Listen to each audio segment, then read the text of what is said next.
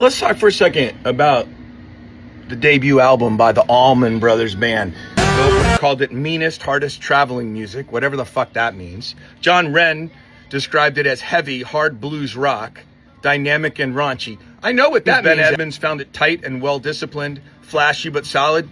I think that's a fair take. And Vining found them new and fresh and original, heavy but with more restraint, more tightness and control than Led Zeppelin. Roy York called the Allman Brothers band almost impossible to categorize. It's blues, but it's also Latin and jazz flavored. They hadn't really busted out the jazz yet until the next album, Memory of Elizabeth Reed. Good on Roy. Compares the band to the Grateful Dead, the way the Allmans use original material as a jumping off place for a jam that can go into many musical idioms and back to the original form and still fit together.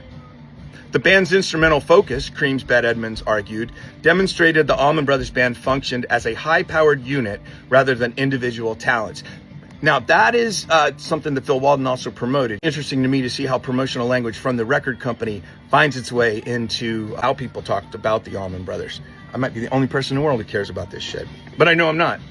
Edmonds found the approach baffling. While the band as a whole functions very tightly, the individual identities of band members are hidden, even in the case of the guitars, which are most often at the forefront. We have no clear picture of who the musician is, as both Duane and Dickie Betts are listed as playing lead guitar. I suspect Duane handles the yeoman's share, but who can be sure? Perhaps with a wider range of material, the identities of the band members will emerge.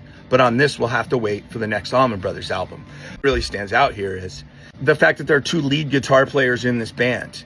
And Ben Edmonds is like, I don't know who's who, and that confuses me. You know, that baffles me, which is who's doing what. But he suspects Duane is doing the most lead, but guess what? Really, outside of Dreams, which only has Duane because Dickie left the studio the day that they recorded, he and Dickie split all guitar duties. The great Lester Bangs was emphatic in his praise, and he was really one of the Allman Brothers band's first converts outside of the South. He declared the Allman Brothers band the real deal. For all the white blues bands proliferating today, it's still inspiring when the real article comes along. A white group who've transcended their schooling to produce a volatile blues rock sound of pure energy, inspiration, and love. You called the Allman Brothers music authentic, and authenticity is absolutely 100% in the eye of the beholder. It puts the music in a different category for you. At least it does for me. I imagine that's true for most of you. I love how Lester Bangs captures this. They're so good, they blew my mind and changed my mind, and he hears it on the first record. The Allman Brothers band, Meanest, Hardest Traveling Music. Vitamin ABB. Trust me, I'm a doctor.